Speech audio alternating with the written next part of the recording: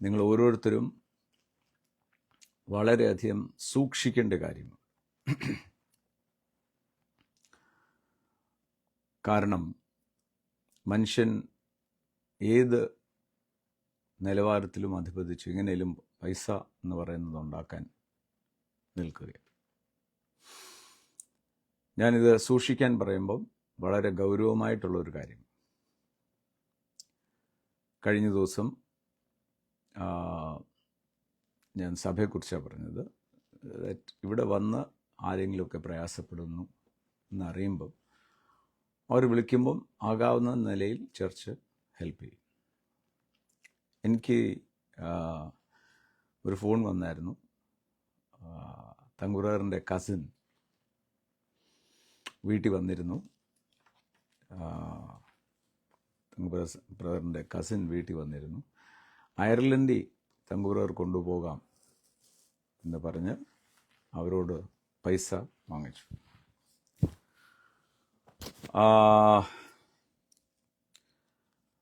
ഒരു കാര്യം വളരെ വ്യക്തമായി പറയാം. എൻ്റെ ഒരു കസിന് പോലും സാമ്പത്തിക ആവശ്യമില്ല. എനിക്ക് 1-2 പേരല്ല, ഒത്തിരി ഫസ്റ്റ് കസിൻസ് തന്നെയുണ്ട്, റിലേറ്റീവ്സ് ഉണ്ട്. കോട്ടയത്ത് തന്നെയാണ് എൻ്റെ അമ്മ വീടും എൻ്റെ ഫാദറിൻ്റെ വീടും, പ്ലസ് അനിയുടെ വീട് ചെങ്ങന്നൂരാണ്. ഞങ്ങളുടെ ആരുടെയും കുടുംബത്തിലോ ഡിസ്റ്റൻറ്റ് റിലേറ്റീവിലോ കളിപ്പിച്ച് പൈസ വാങ്ങിക്കേണ്ട ആവശ്യമില്ല. സോ ഇത് തങ്കു ബ്രദറിൻ്റെ ഫസ്റ്റ് കസിനാണ്. പൈസ തന്ന് ഞങ്ങൾ വെളിയിൽ കൊണ്ടുപോകാം എന്ന് പറഞ്ഞ് ആരെങ്കിലും വന്നാൽ നിങ്ങൾ ചെയ്യേണ്ട ഒരു കാര്യമേ ഉള്ളൂ.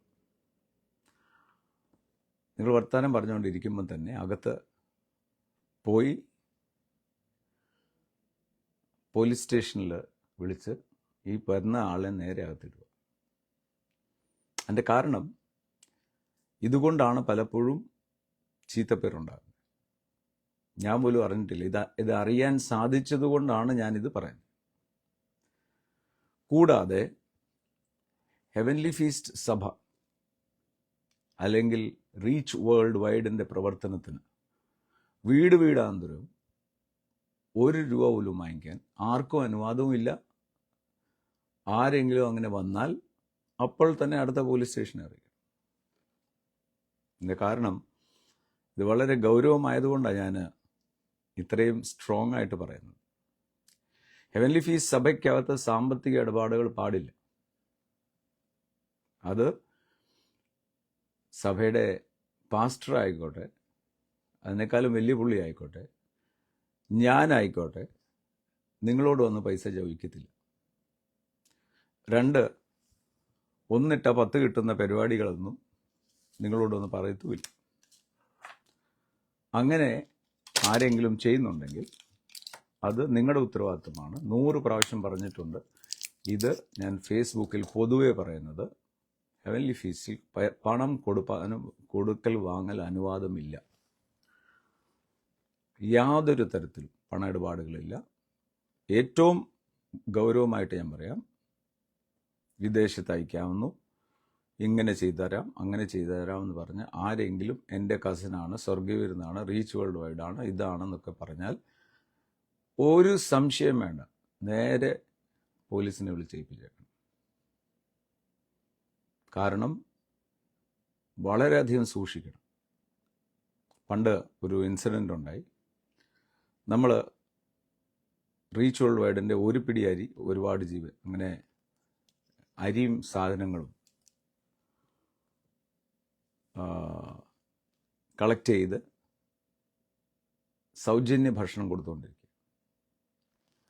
ഒരു ഭാര്യയും ഭർത്താവും വളരെ നീറ്റ്ലി ഡ്രസ്ഡായിട്ട് നമ്മുടെ തന്നെ ചർച്ചിൻ്റെ ഒരു വീട്ടിൽ ചെന്നിട്ട് പറഞ്ഞു, ഞങ്ങൾ റീച്ച് വേൾഡ് വൈഡ് നിന്ന് വരുന്നത്, ഞങ്ങളിങ്ങനെ സൗജന്യ ഭക്ഷണം കൊടുക്കുന്നുണ്ട്, അതുകൊണ്ട് ഒരു ചെറിയ സംഭാവന, വളരെ ബൈക്കിൽ വന്ന് വളരെ ഡീസൻറ്റ് റീച്ച് വേൾഡിൻ്റെ റിസീറ്റ് ബുക്കും ഉണ്ട്.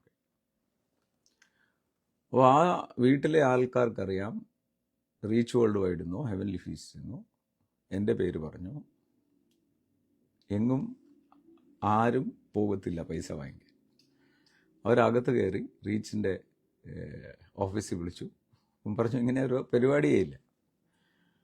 ആ സമയത്ത് ആ സൗദരിയെ വന്നിട്ട് പറഞ്ഞു, നിങ്ങളിവിടെ ഇരിക്കുക, റീച്ചിൻ്റെ ഒരു കോർഡിനേറ്റർ ഉണ്ട് ഇവിടെ, അങ്ങേര് വരുന്നുണ്ട്, അപ്പോൾ അദ്ദേഹത്തിന് മുമ്പേ വെച്ച് തന്നെ നിങ്ങൾക്ക് തന്നേക്കാം എന്ന് പറഞ്ഞപ്പോഴേ രണ്ടുപേരും ചാടി വെളിയിലിറങ്ങി ബൈക്കിൽ കയറി സ്ഥലം വിട്ടു. അതുകൊണ്ട് വളരെ ജാഗ്രതയോടെ ആയിരിക്കണം.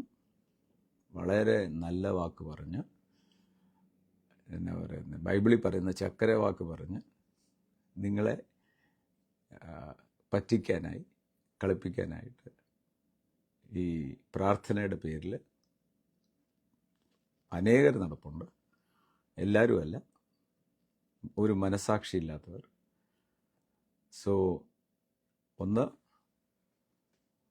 നമുക്ക് ഒരു തരത്തിലും വെളിയിൽ ആളെയും വിടുന്ന ഇടപാടില്ല.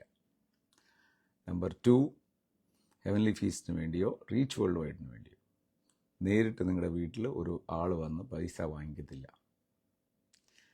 3, നിങ്ങൾ തമ്മിൽ സംസാരിച്ച് നിങ്ങൾ തമ്മിൽ പൈസ ഇടപാട് കൊടുത്താൽ ചർച്ചിനോ റീച്ച് വേൾഡ് വൈഡിനോ ഒരു തരത്തിലും ബാധകമല്ല.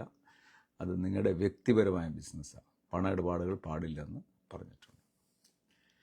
സോ ഇത് വളരെ സൂക്ഷിക്കണം. ചില സ്ട്രിക്റ്റ് നടപടികൾ സഭയായിട്ടും എടുക്കാൻ തീരുമാനിച്ചിട്ടുണ്ട്. കാരണം ഇതാണ് പലരും തെറ്റിദ്ധരിക്കുന്നത്. പലരും ഓർക്കുന്നത് ഇത് ഇങ്ങനെ പൈസ വാങ്ങിച്ച് നടത്തുന്ന ഇടപാടാണ്. സോ അത് മാറ്റിയേ പറ്റത്തുള്ളൂ. And it is final warning. കളിപ്പീരുകാരോടും ഫൈനൽ വാർണിംഗ് ആണ്. ഒരു തരത്തിലും ഇത് നേരിട്ട് ഞങ്ങൾ അറിഞ്ഞ അത് ബോർഡിൻ്റെ തീരുമാനമാണ്, ഹെവൻലി ഫീസിൻ്റെ ബോർഡിൻ്റെ തീരുമാനമാണ്. ഒരു ഇതില്ലാതെ നടപടിയെടുക്കുക. ഓക്കെ.